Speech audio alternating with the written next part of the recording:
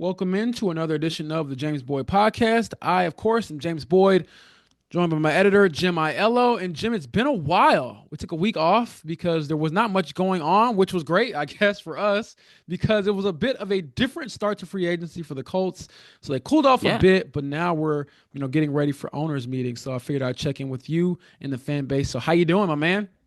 Yeah, I'm good. You're right. It was again, it's the kind of the opposite off season of a Chris Ballard. Normally, the second and third wave is when you start seeing Ballard kind of pick off little guys here and there to Yeah. add, and you're like, oh, okay. You don't get too excited about it, but you do a podcast. You're like, this guy could help. He's my useful depth. Well, this is not what happened this last time. Right? He signed Cam Bynum. He signed Travius Ward, Daniel Jones. Like he got all the action done out of the way early on, and now we've been able to focus on the draft. And they still have a few needs, which we're going to get into here. They still have some things they need to address. But yeah, it's been a different kind of offseason. And now with the owners meetings coming up, I don't we talked a lot about victory laps for the last couple of podcasts we've talked about. I kind of wonder if Chris Ballard's going to take one. Not in like the I've done a great job because the time will tell and he knows that. He's smart enough Yeah. to know that. But more of like get off my back. I did something. I was aggressive in free agency, so you guys can leave me alone now. Because like last offseason, I remember you went to owners meetings. You're like, where are the corners? Like, what Yes. is going on? And he was like, young guys, young guys, young guys. We're gonna be fine. So this year he's gonna be like, are you guys happy? Are you happy now? So I Yeah. am curious if that's how he's gonna handle it. So I think part of this will be kind of like how he does Kevin Bowen. And I think you were on the beat when KB was always asking about wide receivers. So every year now, it's like a yeah, yeah, tradition. yeah, Chris Ball's like, well, KB's not asking about wide receivers anymore. What's going on? So I think he'll definitely throw some jabs to all of us. I yeah. believe there will be a quartet of us down there, not counting JJ Stankovitz, who will be obviously the team reporter. The Colts. I Yep. believe it'll be me, Stephen Holder, and Joel Erickson down there Okay. in Indianapolis. I'm not sorry, not Indianapolis, down in Florida, down in Palm Beach at the Breakers, which if you're looking for a place to stay, spring break, it'll only cost you about $2,000 a night minimum. I'm sure Jim has that in his budget with the Athletic. He's Oh he's yeah, got all the money. yeah. But we'll have I'm a on an chance NFL to contract over here. So exactly. yeah. You're getting the new Jamar Chase and T Higgins treatment with Yeah. their Yeah, I got a deals. couple void years, but I'm getting paid. Don't worry about it. Exactly. Yeah. So yeah. So to give you all sort of like the rundown, we'll have a chance to. I'm actually heading out on Sunday, upcoming Sunday, to Florida, and we will have a chance to hopefully talk to GM Chris Ballard, Coach Shane Steichen, and potentially owner Jim Irsay. We haven't heard much about him and his status though, but we're supposed to talk to the Colts brass. I believe next Monday. That is tentative, not too definitive like on the times and stuff just yet, but that's usually how it goes. I get in the day before, the next day you do some work, and then the rest of it. The cool part about it is it's kind of similar to the combine in the sense where like I'll have a chance to float around a bit, with some of the other coaches when they're talking, see what they're talking about. If there's any general topics I'm curious about. I remember last year was like the hip drop tackle, going around Yeah. hearing about what different guys had said about that. But for the purposes of our podcast and the Colts, I mean, one of the more pressing things that I'm curious to know about is just like, the why behind all the decisions. And I guess we can start Yeah. with the biggest decision being Daniel Jones. I mean, I Yeah. know that Travarius Ward and I know that, Cam Bynum, these were the bigger signings as far as just like their play and the players themselves, like position by position, they're better players than Daniel Jones is at his position, just being real. But Daniel Jones is the most important addition, I would say, to this roster just because of what it means not only for himself, if he is the starter, or for Anthony Richardson. And so I'm curious to know, Jim, like, if I'm looking at you and I'm pretending you're Chris Ballard, my question is why Daniel Jones? Why did you go after him? And, were there any opportunities to pursue someone else like a Justin Fields who ended up, signing for a pretty big price, in New York with the Jets? I think it was 2 years, 40 million, $30 million guaranteed. If they had done that, quite frankly, I'd be like, Justin Fields is your starter in Yeah. 2025. So maybe that's part of it, but just the why behind it. Like I said, you've had a chance to kind of oversee a lot of Daniel Jones coverage with Dan Duggan and Hmm. Charlotte Carroll over there on the Giants beat for us. So, yeah, how do you think like he'll sort of engage that part of it? Knowing that he opened kind of Pandora's box when he told us at the combine, "Hey, it's open competition." Yeah, I think he'll embrace it. Like, I think he's going to say it's an open competition. We told Daniel that that's part of the reason he wanted to come here. It's a big appeal for why he came here versus I think staying with Minnesota, which was a little more stable environment. I think for him, yeah, I think he would have had to compete with. Well, I just lost JJ McCarthy, and I think he would have lost that competition. I think he probably knew that. That McCarthy was their, the heir apparent in Minnesota. So I think that's why Daniel Jones came there, because he had the most legitimate shot to actually start. I think there's only a couple places left in the NFL where that was an opportunity. He's not going back to the Giants, obviously. So that left pretty much the Steelers, who I don't think were interested in that market. So yeah, again, the Colts were kind of the perfect fit. I think there's a few things, and we've talked about kind of who Daniel Jones is and why he fits with the Colts. I expect Chris Ballard to get into that in terms of just the maturity, the professionalism, the kind of the way he works, that kind of stuff. I think he'll talk about that too. But I do think, and maybe he won't address this, but it fit in a lot of different ways of like he didn't need to do 2 years like he did with the Jets did with Justin Fields to get him. He only had to do one, like to get Daniel Jones, and it was a little bit more money commitment, but who cares? Like salary cap, whatever. Like he's off the books next year. And again, the goal, I think, with what Chris Ballard will say is maybe he won't say this. He's thinking it, and you've written it. They want Anthony Richardson to win this competition. They want him to win it. They want him to be the guy going forward. That is still the goal, still the hope. So they don't want to commit 2 or more years to another veteran quarterback. So I think maybe not a sneaky part of it, but like part of it for the Colts was that we can get this guy who has shown quality play in the NFL. Like, and you've written this a couple times, and I've appreciated is that his highs have been higher than Anthony Richardson's highs. He's won a playoff game, so like Yeah. he's done some good things in the NFL, and they think he can maybe do it again if they need him to. But I don't think they wanted to overcommit to, a Sam Darnold or somebody who is Yeah. definitely going to be the starter when they came in. Fields would be interesting. I'm not totally sure how they would have handled that. Like you said, if they gave him that money, it would have been maybe he had the edge. I'm not totally sure. But anyway, I think that's what Ballard's going to say. Is that he kind of fit in multiple different ways. I don't know how much I'll get into it, but I think he's going to embrace the open competition of it all. And I am curious and see what you think. I'll turn the tables on you. Do you think he's going to be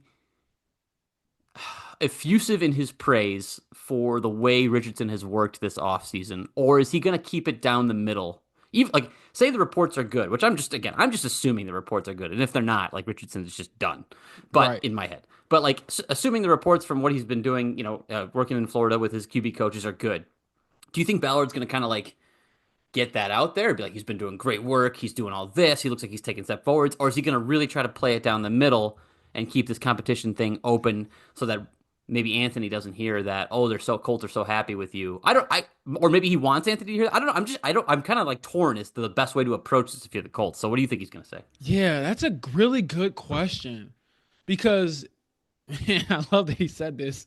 Ballard said this on the radio when we had him on Yeah. 107.5 The Fan at the Combine. He's like, whatever I say, you guys are going to split it and splice it and go through it all. And, and I'm like, you're right. You're totally right. I'm going to hold What we do. your feet to the fire with every word you say. So choose your words carefully, my friend. And I do think that he will probably be a little more neutral on that because in our mind, it's going to be okay. Well, if Anthony's doing all these things right, he's working hard. He has to be the leader in the dughouse, right? He has to be the guy right now. And then also, you know, the hard part for me, Jim, is just like, okay, even if Anthony works hard, do you believe that he can do the job? Which is, I think, is a different question. I mean, Yeah. Sam Ellinger works hard, right? But I don't think anybody thinks he's a starting quarterback in the NFL. Yeah. That's not to the same degree. Obviously, Anthony has more physical tools. Well, And, I was going to say you marry the traits with the work ethic and you hope that yeah, works out. But exactly. yeah. But I definitely think that he'll play it more safe, and it won't be so just kind of like dismissed. Whether it's the work ethic, the injury proneness, things like that, I think he'll be a little bit, more cautious in what he says because he knows you can't really bet on anything Anthony Richardson has shown you so far. You would Right. love to. You'd love Yep. to be able to say, man, after the benching, he had the Jets game and it never dipped after that. That just wasn't reality. I think that's like an easy way to kind of look at it. It's like, oh man, after the benching, he was better. I believe that he was better, He was better, but yeah. but he wasn't so much better where it just wasn't a question at all. Agreed. I mean, he didn't really answer it good enough over that last stretch, and I think part of that was also injury. I mean, Yeah, you didn't say healthy. yeah, like let's say Anthony plays in the last two games of the season, and he has two good performances, Mm. and they win a game, or even if they lost both games, but he played well. Does that change how you approach the offseason. I think even just ending the season not being available is a tough look. That's a great question. I can't wait to kind of dive into what he says, and he knows we're going to get into a lot of those things, and rightfully so because Anthony. I mean, the progress is what everyone's worried about, what everyone's concerned about, and I just go back to what I was hearing from Dan Duggan when we did our joint piece together after they signed Daniel Jones. Man, you read some of those things on Daniel, and it sounds just like Anthony Richardson. The exception being that Daniel Jones has played a lot more football, and sort of Right. we've seen him reach his highest high, which Dan kind of pointed out was, hey, it was him, you know, playing really well and pushing them to the playoffs. But even then, it was like this limited, like fire type of thing. Like, oh, we're not gonna Yeah. totally unleash you. We're not gonna totally, just uncork everything. It was very controlled. It was, hey, I believe it was like what 15 touchdown passes the year they made the playoffs and 7 rushing touchdowns, 22 total touchdowns, and very safe football. And he was like, that's effective. He's like, you can go out there, you can win some games, but you cannot go out there and win to the degree where you become like a real contender. And so when he says Right. all that, I'm like, then like, why would they even play Daniel Jones? Like, it would have to be Anthony being just downright awful for Yeah. him to get in there and be the guy. But what concerns me a bit, if I were Anthony, would be just how quickly they were to say this is open, and they Yeah. made it such a big deal. Even asking about injuries that had nothing to do with his accuracy. It's like, what about the injuries? It's like, yeah, that's the main reason why we're going out there, and getting someone. So it's a unique situation. I know the thing about it is Anthony will be training, I would assume, in Florida. So it wouldn't surprise me. This is not reporting. This is just me putting, I guess, common sense out there. It would not surprise me if there was an opportunity for him to for Ballard to check in with Anthony, while they're in Florida, that he takes that Yeah. opportunity. I'm not sure like what the actual NFL rules are. Like, can you Yeah, go I'd have while to he's look. throwing, Yeah. but I'm sure there will be at least an uptick in communication. Hey, I'm in your home state. What's going on? How you doing? That sort of thing. Because as I reported earlier, they're going to get like weekly and pretty frequent updates on Anthony, his progress from his private trainers. You want to know how things are going with Chris Hess and the Josh Allen guy who helped Josh Allen, retool some of his throwing mechanics and become a more accurate passer. Like, how all is that going? But it's on, man. And I feel like, I know we're going to get to the draft, and that's always a long weekend, but we're going to look up and be like, dang, there's two quarterbacks, and there's our story. And the cool thing about it is, well, not cool in the sense of like it changes my job, but I do think it puts a national spotlight on the Colts because everyone wants to know what happens with the quarterback. Like, if you're ever a team that needs more like attention, have a quarterback competition. Then you're automatically in the spotlight, Jim. So we'll certainly see, and I want to see if and when Daniel Jones's tone changes at all either, because he didn't say anything, as you know. You're shaking your head already. I I would shouldn't say have don't said count on it, that. man. Don't But don't I'm count like, on okay, it. well, would it ever change? Like, if we're seeing evidence of No. him winning the job, would that change anything? How you say like, or is he just gonna say I'm here to be a good teammate? Because that almost drove me up a wall, Jim. I was like, no Oh, way. you're if that's gonna I mean if just the anticipation of him being so bland is gonna make you nuts, and like yeah, he's gonna make you Oh nuts. I'm telling you, no. man, like the best I think the best Daniel Jones ever was, at least when I was on the beat. Again, he was, as an editor, was when he was being released and he thanked the Giants for his time. He was pretty honest there and a little bit emotional and said some honest stuff. For the most part, that was the best. Um, Usually he is just bland. He does not give the media. He came from the Eli Manning school of give them the media nothing. Eli Manning was we've seen what kind of personality Eli Manning can have and has had after his playing career, but like he gave the media nothing usually during his time in New York, and that's what Daniel Jones learned from and emulated. So I expect you'll get nothing from him. And now he's never been the backup before, so maybe you walk up to him in the locker room before, if Anthony Richardson's starting, if yeah, this is what happened, Richardson starting, and you talk to Daniel Jones, maybe he'll talk a little more. I doubt it. I I needed to doubt it. spill the beans. I'm like, tell me all He of won't your do it. darkest secrets.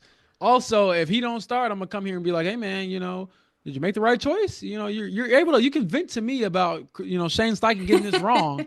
But I also Yeah. think that it's not a done deal no matter who they start at the beginning of the season. I do think that if they were to pull the plug on Anthony and start Daniel Jones, that will be a seismic decision. And Yeah, I would think that it's the end of the Anthony Richardson era.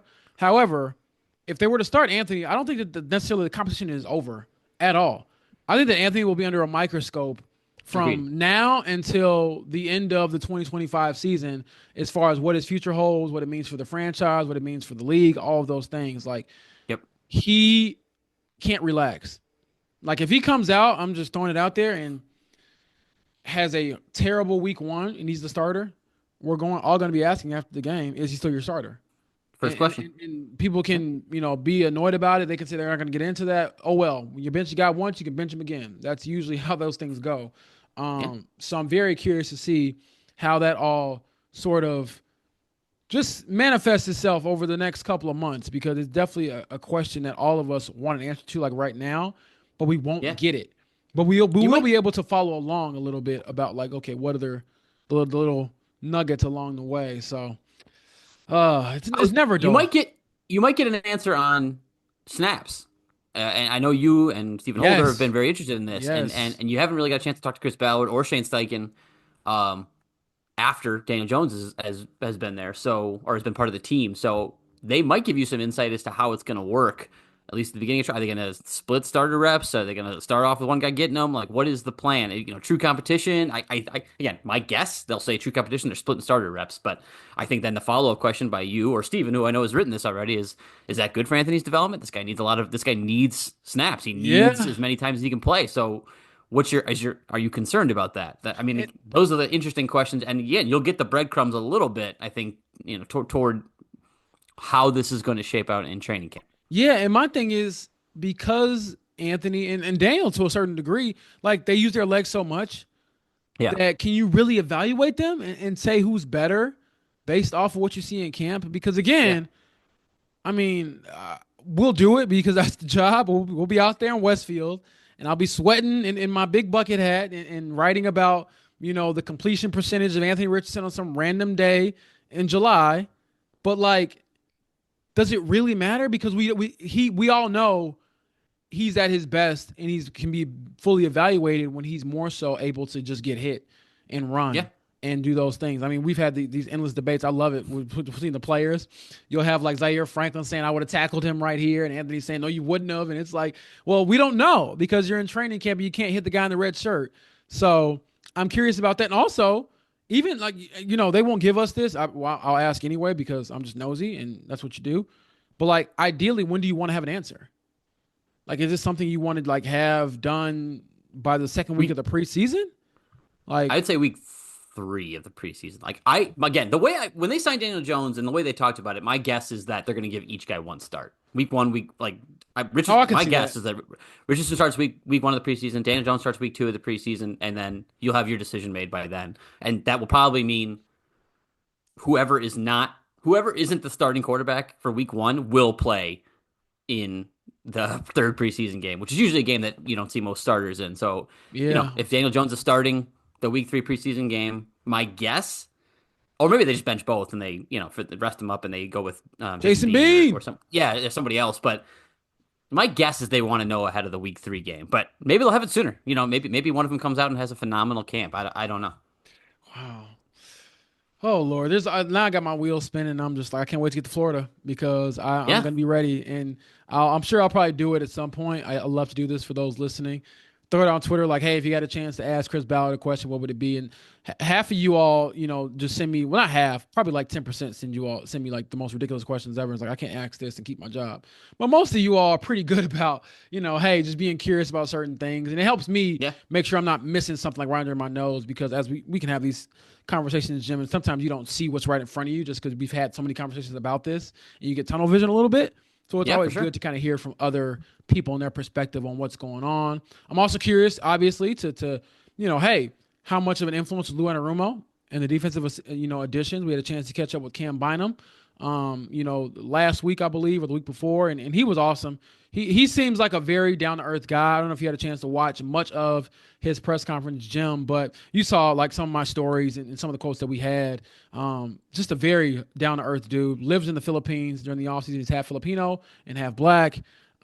Takes super duper pride in his heritage, where he's from, where his family's from, Had met his wife, I believe, in the Philippines, and has a bunch of camps that he runs over there. In a roundabout way, he's like kind of connected to the Colts already because Shagun Alubi, the linebacker, him and Cam Bynum played on the same high school team in California, so they're Hmm. really good friends. And then your reaction to Stephon Gilmore vouching for the Colts when Cam Bynum reached out. For those who aren't familiar, Stephon Gilmore was with the Vikings this past season, so he was a teammate of Cam Bynum. And when Cam Yeah. Bynum was weighing his decision, he asked Gilly, "Hey, what do you think about the Colts?" And Stephon Gilmore spoke glowingly about this franchise, which, I mean, I was not completely surprised by, but at least a little surprised that he went so far to say like, "Hey, this would be a perfect fit for you," and he was being sincere about it. So, how'd you feel about that? Because I don't know. I don't know if I went into that press conference expecting to hear,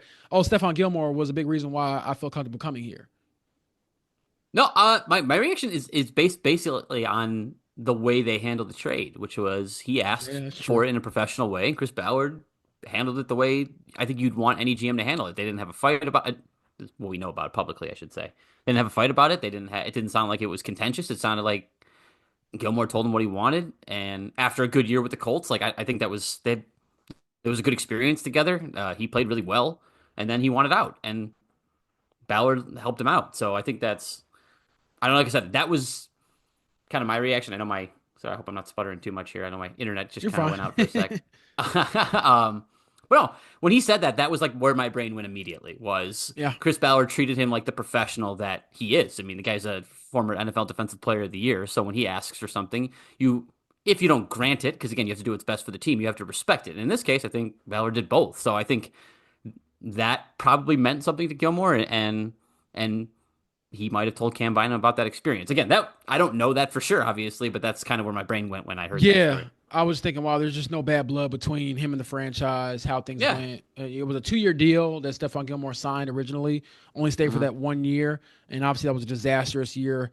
You finished with only 4 wins. You had the Jeff Yeah. Saturday experience. And for Gilmore, it's like, I'm trying to get Yeah, that somewhere wasn't so professional. we can, well, yeah, where we can, we can go win. So, and I think it was also, maybe it kind of heals your reputation a bit when you're getting killed. As far as being the middling team, can't get over the hump. What are you doing at quarterback? And you have someone who left for a better situation, quite frankly, but he's willing to tell somebody else in the middle of their prime, "Hey, this would be a good fit for you." And so I think just even the treatment of Cam Bynum was different from what Chris Ballard has done in the past. He was telling us that he had Filipino food on the private jet over there, and I'm like, they usually don't fire up the private jet for defensive backs like they did for Cam Bynum They and don't. Charvarius No. Ward. So I'm curious to know at the owners' meetings and to pick Ballard's brain and be like, "Hey, now that they're here, what's next? What other pieces are you looking for defensively, but also how much did Lou influence what you want to do?" Because the thing that I think about when I look at some of these players that they have now in the top of that defensive secondary, Kenny Moore, versatile. Cam Bynum, versatile. Charvarius Ward, versatile. Our guy Ted Wynn, raved about Charvarius Ward. He's like, he can play man, he He can play did. zone. He's been dominant at both. And so I think about Lou and nicknamed Ludini, the mad scientist, just cooking up some crazy stuff with those guys. And I'm very curious to see also how they supplement these other decisions, which leads me to my next point in this podcast. Like, we see some bigger needs be addressed right away in free agency. It was Uh-huh. very clear they were going to hit the secondary hard and obviously hit quarterback hard, just as far as their additions. But now we've also seen some departures, which begs the questions like, okay, what are some of the team needs? And, are we overlooking anything? So I'll start with this to you, Jim. Ryan Kelly and Will Fries are gone. They're Yeah. Vikings now. We knew Ryan Kelly was most likely gone. The writing was on the wall. Will Fries, maybe not so much, but as his market seemingly, I mean, leading up to when he signed, I never got the sense that his leg injury, breaking his leg in week 5, affected his market at all, quite frankly. Yeah. And I mean, and if it did, that means he probably just didn't get $100 million because he got 88 of them over 5 years, which is a huge deal. But when I look at these team needs, I'm thinking of tight end, linebacker, also. But like, is offensive line like a sneaky team need? Like, how do you feel Yeah. about where they are? I mean, Matt Gonzalez could kick back inside to right guard, but Man, dude, I just think about the offensive line. No, it's not sexy. You never make a mock draft pick an offensive lineman. If you want to get some clicks, but how do you feel about it? I mean, scale of 1 to 10, or how concerned are you about that? Just that right side in general with Braden Smith and particularly right guard, and with Matt Gonzalez as a presumed starter, but still not like this isn't solidified. It's kind of fluid. Scale of 1 to 10. Oof, that's a good question. Scale of 1, Anthony Richardson needs an offensive line. Yeah. Um, I think a 6. It's not. I'm not concerned. Like I think a Yeah, 5 would have been like we'll see. I think yeah. Assuming this, I'm laying it out this way. Like 5 is like more of like the we'll see. yeah, 4 is like leaning toward the I'm pretty confident it's gonna go okay. 6 is more of the I'm a little bit nervous about the way this is gonna go. You're it's yeah. not just Gonzalez. You're obviously trusting Tanner Bortolini That too. at Yeah, center. Um, you might again Dalton Tucker feels like or Wesley French or Danny Pinter are like an injury away from being a part of your starting lineup. yeah, Probably.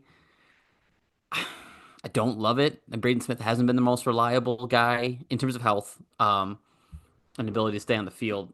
So yeah, I am concerned. I think we talked about this a little bit on our last podcast. Like if they took a tackle or a guard or somebody who could kind of play both, um, in the first round, I wouldn't be surprised at all, honestly, because it gets you off of the Braden Smith. It gets you off of that train. It gives you a nice clear runway. Again, yeah. I can't. I people are probably sick of me talking about the Eagles and having doing things the Eagles way, but having quality offensive linemen in the pipeline who aren't just like plug and play guys. You draft them, you develop them, even if they are first or second round guys. You let Right. them have the time. So yes, I'm not super concerned. I think the way they've played last year was solid. I like Borlini. I like Gonzalez. Um, Ryman and Quinton are obviously solid on the left side, if not more so. I'm underselling that a little bit. And then Braden on the right. Again, it can work. I just feel like it's a little thin. You might want to add some depth with some young guys. I know they re-signed a bunch of their own guys, which was solid. Yes, it is sneaky important to make sure you get this right. Given the way that I view the tight end like position, and I think it's important. I want to give Anthony Richardson all the help he needs. I think I would be in the draft alignment over a tight end at 14 position. Ooh, Because okay. the tight end because the tight end group is deep this year. And I'm just always going to think the offensive line is more important than a tight end. They have pass catching weapons. They really do. I mean, I think Pittman should be healthier this year and coming back. Josh Downs is obviously a really solid player, if not better. Again, Alec Pierce had a breakout season. We'll see what you get from AD Mitchell, but I expect better things in year two. They don't have a starting 10, and I totally acknowledge that, and they do need to address that in the draft. I'm not saying they don't. If there's a guy in the first round that they like, I think I would rather do that just because of the premium position thing. That's just where I'm at. I know that's probably not where most Colts fans are at, though. No, I mean most of them want Tyler Warren, and when I suggest other names, I usually get the middle finger treatment, more or less. But not to be dramatic, I enjoy the passion. They're not that mean about it, but they're just like, no, no, no, we want this player, and I'm like, but it when you're picking 14, so much can happen. Like it was so much easier to predict a few years ago what they were going to do at 4. Yeah, Anthony yeah, Rich because like it's only 4 picks, and especially when you got QB needy teams, you can kind of figure out who goes where and who needs what. But that's just not the case at 14, man. And I do think that offensive line could be one of those positions where even if I could see them trading back from 14. If a Tyler Warren is gone, if Colston Loveland is gone, or if you have concerns about his health. One of the things I threw out there, I don't think people understand is, and I don't know if this will factor into like their draft making decision because it is a long term decision when you draft a player that early. You're not thinking about the immediate future, end all be all, but it is a big factor in it. When you draft a guy in the first round, you want to be an impact player. But with Colston right. Loveland, he had shoulder surgery in January, and I don't believe he'll be cleared for contact until like August. So would that hold him back from being able to fully emerge himself in the NFL and hit the ground running and be available and be ready? Like, because the Colts need a tight end like yesterday, not Yeah, one that's going to be good a year from now. Like a year from now doesn't help you as far as your immediate future. So does sure. that sway things for the Colts? Him kind of being on ice for a little bit. Like I don't know how that'll factor in. Well, I know what I want to do. Oh, And go for it. I Go for it. I and knew I you were. know I'm throwing you the alley oop. Feel free. I was gonna say, you want a tight end who can fill in immediately, who understands Shane Steichen's offense, who would be an immediate contributor. Hmm. Is there a tight end who played in Philadelphia for Shane Steichen, who is not over the hill yet, is still 30, who might be available? I mean, I think there Colin is that Granson guy out was there. available. He did go to the Eagles. He's not 30 yet, but I am I think I'm interested in picking up Dallas what you're Goddard. putting down. Yeah, I Dallas really Goddard. am, man. Again, I've heard the rumors about Mark Andrews too. That's interesting. I kind of don't think the Ravens are going to do that. I feel like he needs some. I want for Mark Andrews to have a retribution, have like a redemption year. Yeah, yeah, After the way last year ended, so I want for him to just I want him to stay with the Ravens so he can have like an insane season. Anyway, beside the point. Dallas Goddard apparently is on the block. In other years, I would say this is probably not a Chris Ballard method. He likes to address if he has holes on the team, he likes to try to draft somebody and let them develop.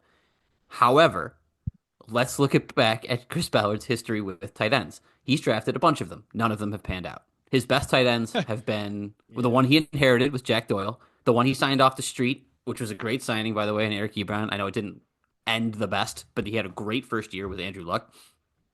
And then after that, it's been fine. It's been meh. I mean, I think you've written were they dead last in tight end production last year? They were, I believe, second to last behind the Second to Rams. last. Yeah, Yeah. but I mean, what obviously second to last, last. It all was bad. So He is I mean, listen, look at the way he operated in free agency. It's urgency, right? Like Travarius Ward is a 28-year-old corner. I love Travarius Ward. We talked about it last time. I think it's a great fit. I think he's going to be very good for the Colts. I expect him to play at the level he did before, but not young. And they spent significant money on him. They added Cam Bynum again, a little younger. Obviously, could be part of the core of the future. But still, spent significant money on him. I could see, and Ballard has made some trades before. Beyond the quarterbacks, he's done the DeForest Buckner thing. He has made some trades for quality contributors before. I would not be opposed to fourth, fifth round pick maybe for Dallas Goddard. I yeah, don't think they're going to get much. Like he's on the last year of his deal. He's got a bunch of void years left, but he is a free agent. I think at the end of this year, they need to clear some cap space, or at least that's the way the Eagles are operating. So they want to clear a little cap space. I just think that fills the need and not in a very expensive way. And you can then look at 14 as you draft a lineman that you can draft and develop. You can draft a tight end still. It doesn't stop you from doing it, frankly. But you can draft something else that you'd like. I don't know. I think I'm more interested in the veteran route because traditionally, I don't want anybody to get Brock Bowers brained here. Traditionally, it takes tight ends a minute to adjust to the NFL. Like it takes a year or two for them to pick up on everything. It's a tough position. Everybody, you have to learn two parts of, learn how to block, learn how to catch, be part of the receiving group. There's a lot to it. I like the idea of bringing in a veteran that can contribute right away, that knows the offense for cheap, and then drafting somebody. You've talked about it. It's a deep draft. There's some guys beyond the first two guys in second, yeah. third, fourth rounds that they could add. Learn behind a guy like Dallas Goddard. Again, Ballard's in that like gotta win now type of mode. I could see it happening. Yeah, I always wonder too, though. Like, am I being a little too greedy? Is this new Ballard for real? Is he out of tricks up his sleeve, or is he truly a changed man? But I don't mind that. I don't mind that. I think that would address a obvious team need. We actually have to Yep. put out there for the athletic. Each team we do our little all 32s a week as we call them. Yep. What is the biggest team need remaining after free agency? And for the Colts, I put tight end. I mean, the obvious one being a starting quarterback. I get it, but I mean, Anthony Richardson could be the answer for every question related to the Colts and everything, but I can't always choose that. I would say the secondary issue, when it comes to the offense, at least will be tight end because you just haven't had one. And honestly, when you go back through and we were talking, I believe it was before we got on air with the pod, just like the tight end history, it's like wow, Yeah. like it's kind of surprising that the Colts haven't had, you know, just more success overall. Because you would think, like, man, after drafting a few of these guys, some of them would hit at some point, but that just hasn't been the case throughout much of Chris Ballard's tenure. I mean, the guy who was supposed to be the answer, Jelani Woods, hasn't played in 2 years. And, Yep. and, and Drew Ogletree, Will Mallory, like right now, the depth chart today, right now for tight end, I would rank them as Drew Ogletree is the starter and Will Mallory is like your second starter or your backup or whatever, but that's the Yep. depth chart. But like that's just by default. Like you cannot go into 2025 with that being your starting tight end, room or how we kind of ranking him in Jelani Woods, slotting him in there. No, that doesn't work for me at all. And honestly, I think that would be detrimental to the success of your team. So, I mean, Drafted four tight ends, man. None of them have hit. And yeah, no, yeah. I hadn't even thought about like, wow, that is, yeah, that's a bit jarring. And then we know that the benefit of trading for a guy is you have a proven commodity. We know that. We know what Dallas Flowers, not Dallas Flowers, I'm sorry, former Colt Dallas Flowers, Dallas we know Goddard. what Dallas Flowers is Um, too. Yeah, we yeah, we know. know what he is too. He ain't coming back, at all. They're not trading for him. But Dallas Goddard, Yeah. we know what he is. We know what he can do. He's had some good seasons. Like, is he a star player? No. Is he a long-term answer at tight end? I wouldn't say that either. But for a team, like you said, Jim, that's kind of operating as if they're trying to win now, Yeah. then now's the time to do it. I mean, we can look at last year with Dallas Goddard, 42 catches, 496 yards, two touchdowns. Like Yeah. I believe all of that combined is more than what the I know. I'm serious. Like the Colts tight end room had. I believe they had two touchdowns like total for the It's like his group. worst year too. Yeah. Exactly. And so I'm like, look, man, Yeah. this is a guy who on average will get you at least 500 receiving yards and a couple trips to the end zone, which the Colts just haven't had. And so, He only played 10 games last year, to be I clear, by know. the way. So He was hurt for obviously a you want to bunch make of sure that. he's Yeah. good and all those things. Yeah. And even it was kind of weird too. Like in the playoffs, they used him in a couple of like run plays too, where he was getting 6-7 yards on a couple weird runs, and I was like, wow, like they're kind of using him in unique ways. And so, if Shane's familiar with the guy, I don't hate it. But the other things I want to address when it comes to positions of need is okay. So we talked about offensive line, we talked about tight end. Linebacker is the one where it's the opposite for me with the draft, where I'm like, you can draft any linebacker from anywhere, and I probably believe they're going to be good because you've done it in the past. I mean, Agreed. He's been good at it. Yeah. yeah, I know a couple years ago, people were always like, man, they let Bobby Okereke walk, and what happened to Shaq Leonard? People remember the end of Shaq Leonard, and they remember Bobby Okereke leaving, but they don't remember the circumstances behind that. Like Shaq was on a Hall of Fame trajectory before the back injuries. Bobby Yeah. Okereke, honestly, it was kind of similar to Dio, where he priced himself out of the market. They just couldn't afford to keep him. But we all know he was a very, very good player. EJ Speed, I know he struggled last year in coverage and he has some limitations to his game, but he definitely, I believe, kind of outshot where he was drafted and became more than what they may have expected him to be. Zaire For Franklin, your sure. second team All Pro, was a former seventh round pick. Now, Yep. I'm always a little cautious because I'm like, you can't keep finding diamonds in the rough all the time. Sometimes you got to get guys where better players just drafted earlier, quite frankly. So maybe you're running the risk of having a dud if you continue to rely on those types of linebackers. But that's another position where the name Jahad Campbell keeps coming up for a lot of the fan base. They're like, man, if he's still there, would they take him in the first round? And I'm like, Yeah. but also I think we talked about this, Jim. We're like, it sounds like with him, people want to move him to being like an edge rusher. So like, would that change like the Colts' need for him or how they view him? I'm not entirely sure, but we'll see. But I do think that tight end is like a sneaky need too, where Jalen Carlisle could step in as well and be that starter. But you're relying on the guy who missed 7 games, I believe, last year as a rookie to slot in and be your starting not cornerback. I'm sorry, starting outside linebacker in his defense. That's a lot to ask of him. So that's another one that kind of piques my interest. And then Yeah. yeah, I'm curious to know like. I mean, we're still waiting on EJ Speed to kind of pick a team. Like, I'll ask you this: is there a chance he comes back? Yeah. 100%. That's I was just gonna say, like, when veterans linger on the free agent market for, this isn't super, this is pretty long now at this point.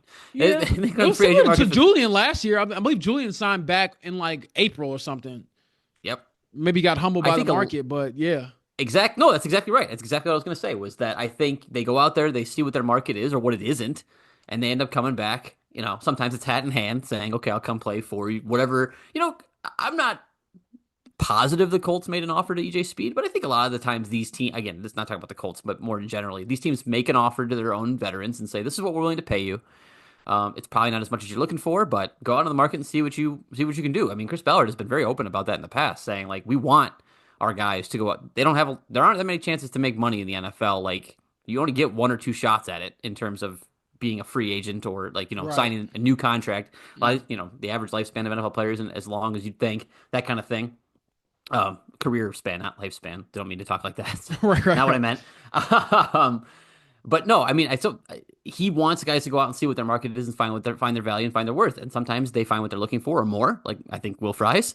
And sometimes they come back and they don't get what they were thinking, like Julian Blackmon got last year. He did not get the market that he thought he was going to have. I think EJ Speed might fall into that category and they could bring him back. Now, that's not like an ideal fit for the Colts, but he's a capable player. He can start if you need him to, and he would be solid depth if you ended up drafting somebody or signing somebody else. So I don't mind the Colts slow playing this. We're more in that like non-premium position thing.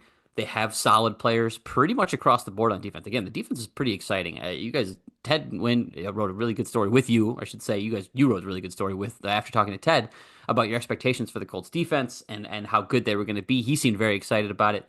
Um, Austin Mock does he uses a projection model to talk about which teams have improved the most in the offseason. You're going to be kind of surprised to find the Colts very up high on his list. That's the story I'll publish tomorrow, Wednesday, for whoever you're listening. But there, there are people who are not attached to the Colts who are very excited about what the Colts defense could look like. So I don't think you need to go get like an impact linebacker. I think you just need to get somebody you're comfortable starting because I think you have impact players in a lot of different spots and you should be okay. So I'm with you. Kind of how you started this, like third, fourth, fifth round linebacker. That'd be fine. That would work. Bring back EJ Speed. Do that too. Like go try to solve that kind of last problem on defense on the cheap. I think that would make sense. Yeah, absolutely. And so, oh man, I think that's one. And then I'll end it with these two, running back and quarterback, as far as draft needs. And I don't even know if draft needs is the right word to use for quarterback, but I definitely think Yeah, they can double dip at running back. They signed Khalil Herbert, who I believe was a nice, flyer sort of pickup, 1 year sure. deal. A guy who's had some success. He really ran the ball well when he was in Chicago with a dual threat quarterback and Justin Fields. So whether it's Daniel Jones or Anthony Richardson, you would think that his skill set kind of marries itself to what the Colts want to do offensively as still a run first team. But I would also think, man, get you another running back in there because those guys get banged up and you can never have enough guys on the roster that can kind of help you. And again, I don't want to get too far into the weeds, but you've kind of missed on some of these opportunities as of late. Like Evan Hull was supposed to be like your third running back, your backup, your depth piece, and he had a knee injury his rookie year and just what hasn't been the same. Hasn't really climbed the depth chart since. So is that a position that can kind of target in the draft? And then quarterback, I've been talked into it. I've been talked out of it. Jim, would you draft a quarterback in this year's draft? Like, could you do it? Like, is it or Who would am that I? just cause Me more or are you? I mean, you could be you could be Chris Ballard, you could be whoever you want to be. well, if I'm But Chris Ballard, no. If I'm Chris Ballard, okay, no. okay. Can you explain why not then? Because I'm trying to win now, and I don't want to. I'm not picking anybody that's like a developmental guy. Like now, honestly, I'm not a big fan of quarterbacks beyond like the fourth round. I'm not really a big fan of quarterbacks beyond like the second round, but I can at least hear you out on the third or Yeah, fourth yeah. round guy. But it's just because there's so few of them pan out. There's so few of them pan out that and then I know I can hear people yelling. They start naming. Brock Purdy. You can name the exceptions because there are so few of them. Like Tom Brady, I got it. Dak Prescott, Russell Wilson, they're out there. I get it. There are very few exceptions. So I typically like if you're gonna draft a quarterback, I'd like you to do it in the first round. I'm fine with the second round. After that, I'm like, you're kind of forcing it. But if you're Chris Ballard, you don't want to use your quote unquote premium picks, first, second, third, day one, day two picks on a quarterback. And after that, I'm not sure what the point is. Like if you're Chris Ballard, again, like I understand what the point is the Colts franchise, but you're trying to win now. And if not now, very, very, very, very soon. I a developmental quarterback prospect at this point probably doesn't help Chris Ballard. Now, I could be wrong, and he might say, I've got job security for life, and I'm going to draft a guy that I can develop, and that's fine. Like, maybe that's how he feels. But if I'm him, I'm spending, the first round pick on a lineman, the second round pick on a tight end, the third round pick on a linebacker, the fourth round pick on another linebacker or a running back, fifth round. These guys who are going to slot in, and I know where they're going to fit on the depth chart, and they're going to contribute this year. That's how I'm kind of attacking it. And then after day three, whatever. If you draft a sixth round quarterback, fine. But like that's probably going to be Sam Ellinger and whatever. Yeah, I've been talked into it. I've been talked out of it. I'm like, I get it. Like, if Kyle McCord's available, Will Howard's kind of there. It's like, do you I take a get it from a big flyer? picture like perspective. If you're talking about like a Yeah. Colts fan or Colts person who is like, I want what's best for this franchise for the long term future, totally get it. But I think Chris Ballard is going to be in a different boat. That's how I feel. And honestly, I would respect that because at some point you got to go all in on what you believe. You got to have some conviction in your decisions, and you got to be shooting for something, right? Like that's the weird thing about all of this is like the Colts have been in this position where they've kind of just been this 500 team. They haven't had much Yeah. success. I thought Mike Jones, who did a great piece of the Athletic recently, a couple days ago, actually, kind of breaking down like does it, how much does each team really want to win? His assessment of the Colts and kind of being that team that talks a big game, never really backs it up, as far as their ownership and Jim Irsay, and then what we see on the field is true.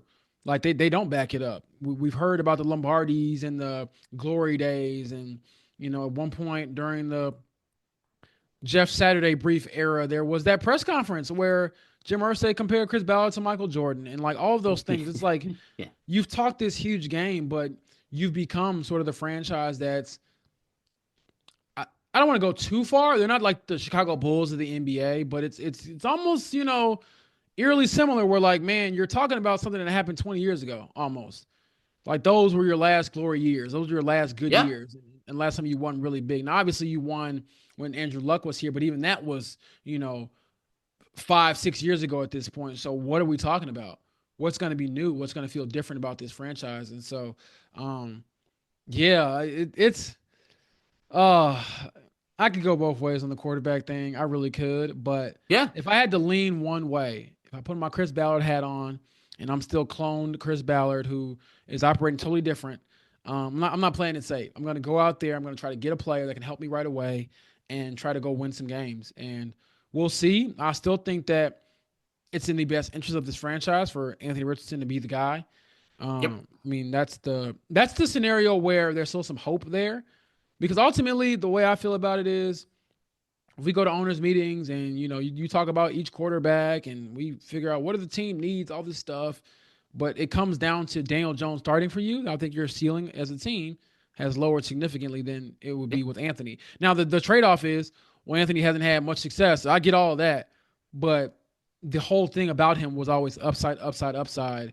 But you gotta show some steps towards that too, which I don't know if Anthony has really shown that.